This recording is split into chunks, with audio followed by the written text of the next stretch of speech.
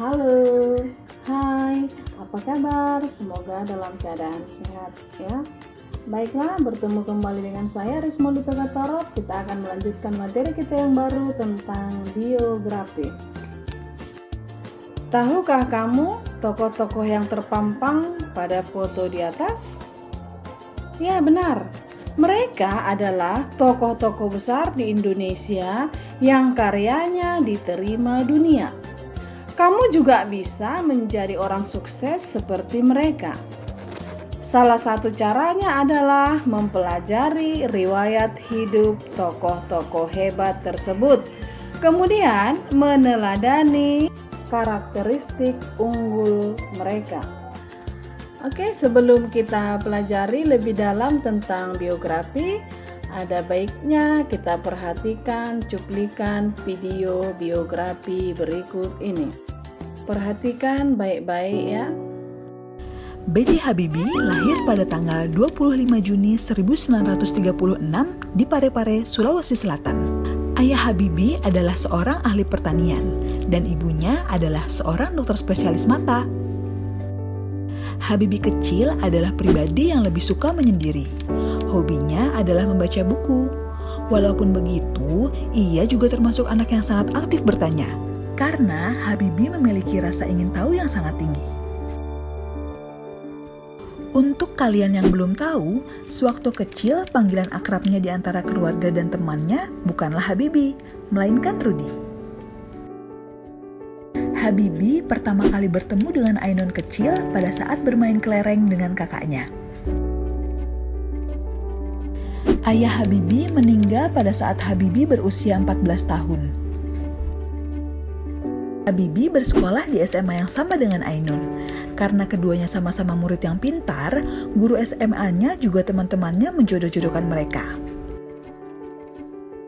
Pada usia 18 tahun, Habibie berkuliah di Institut Teknologi Bandung atau ITB. Namun, hanya 1 semester saja. Sedangkan Ainun muda mengejar mimpinya menjadi dokter dengan berkuliah di Fakultas Kedokteran Universitas Indonesia. 1 tahun kemudian, Habibie berangkat ke Jerman untuk berkuliah di salah satu perguruan tinggi terbaik di Jerman, yaitu RWTH Aachen, atas biaya dari ibunya sendiri. Saat menjalani kuliah di Jerman, Habibie juga aktif berorganisasi. Ia pernah menjadi Ketua Perhimpunan Pelajar Indonesia atau yang biasa disingkat dengan PPI. Pada usia 24 tahun, Habibie lulus S1 dan langsung melanjutkan pendidikannya hingga ke jenjang S3. 1 tahun kemudian, ia harus kembali ke Indonesia untuk menikah dengan Ainun di Bandung. Mereka kemudian menetap di Jerman. Di usia 26 tahun, anak pertamanya yang bernama Ilham lahir. Kemudian, di usia 28 tahun, Habibie meraih gelar Doktor Ingenieur dari RWTH Aachen dengan predikat Summa Cum Laude. Di usia yang masih terbilang muda, yaitu 31 tahun, Habibie mendapatkan gelar guru besar dari ITB. Di tahun yang sama pula, anak keduanya yang bernama Tariq lahir.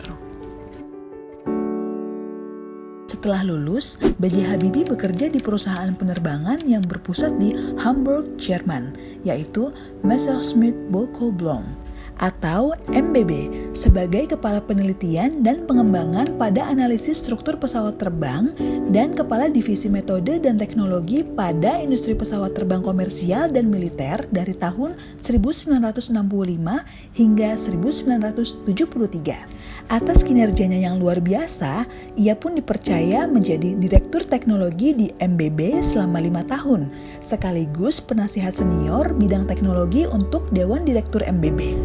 Dialah satu-satunya orang Asia yang menduduki jabatan nomor 2 di perusahaan pesawat terbang Jerman tersebut.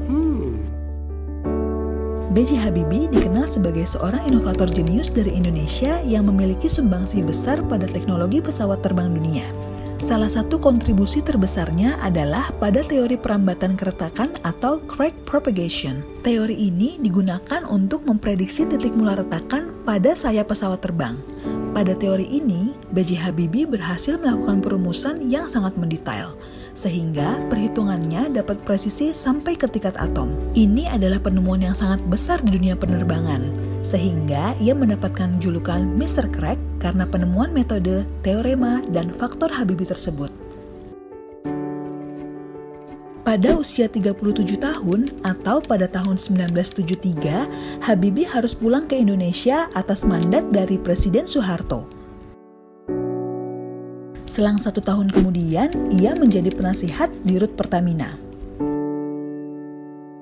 Pada usia 40 tahun, ia ditunjuk sebagai Direktur Utama IPTN atau Dirgantara Indonesia. 7 tahun kemudian, ia diangkat menjadi Menteri Riset dan Teknologi Republik Indonesia. Di usia 50 tahun, tepatnya pada tahun 1986, ia bersama insinyur-insinyur kebanggaan Indonesia di Dirgantara Indonesia memulai proyek pembuatan pesawat N250 di Bandung. 2 tahun kemudian, ia diangkat kembali menjadi Menteri Riset dan Teknologi untuk kedua kalinya. Hingga tahun 1992, saat ia berusia 56 tahun, Habibie telah memiliki lebih dari 45 hak paten yang banyak digunakan oleh perusahaan penerbangan dan roket seperti Airbus. Di tahun tersebut juga, Habibie mendapatkan penghargaan Theodor von Karman. Ia juga menjadi orang Asia pertama yang mendapatkan penghargaan bergengsi yang menjadi kiblat penerbangan sipil dunia tersebut. Pada usia 57 tahun atau pada tahun 1993, Habibie diangkat kembali menjadi Menteri Riset dan Teknologi untuk yang ketiga kalinya. 2 tahun kemudian, ia memimpin uji coba pesawat N250 dan sukses terbang di langit Nusantara. Namun, pesawat tersebut harus menunggu sertifikat layak terbang untuk dapat digunakan secara komersial termasuk diperdagangkan. 3 tahun kemudian, pada tahun 1998, ia terpaksa harus menghentikan proyek andalan pesawat N250 karena krisis moneter. Di tahun yang sama pula, ia menjadi wakil Presiden RI mendampingi Presiden Soeharto. Tak lama kemudian, Presiden Soeharto mengumumkan pengunduran diri di Istana Merdeka, Jakarta, sehingga ia harus menggantikan Soeharto menjadi Presiden RI. Pada tahun 1999, ia mengesahkan UU Kebebasan Pers dan Otonomi Daerah. Di tahun yang sama pula, Timor Timur lepas dari Indonesia. Akhirnya, Habibie harus turun dari jabatan sebagai presiden setelah laporan pertanggungjawabannya ditolak oleh MPR.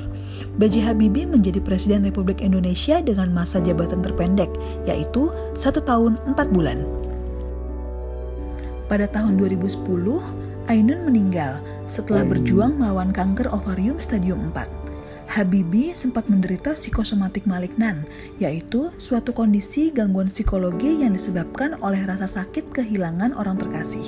Sehingga salah satu solusi sekaligus obat yang ia pilih adalah dengan menulis buku diary. Habibie rutin berziarah ke makam Ainun setiap hari selama 100 hari dan juga setelahnya. Pada tahun 2012, kisah cintanya diabadikan dalam sebuah film berjudul Habibie dan Ainun yang sukses diperankan oleh Reza Rahadian dan Bunga Citra Lestari.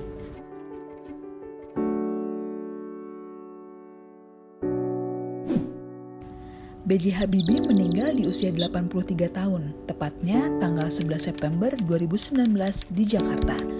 Ia dimakamkan tepat di samping makam Ainun.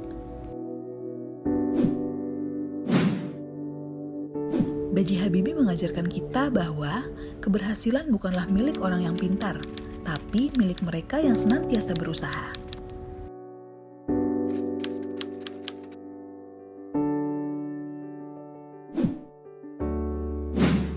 Oh, aku paham sekarang. Jadi, bisa kita simpulkan bahwa biografi adalah riwayat hidup seseorang yang ditulis oleh orang lain. Dalam biografi disajikan sejarah hidup, pengalaman-pengalaman, sampai kisah sukses orang-orang yang sedang diulas. Umumnya, biografi menampilkan tokoh-tokoh terkenal, orang-orang sukses, atau orang yang telah berperan besar dalam suatu hal yang menyangkut kehidupan orang banyak.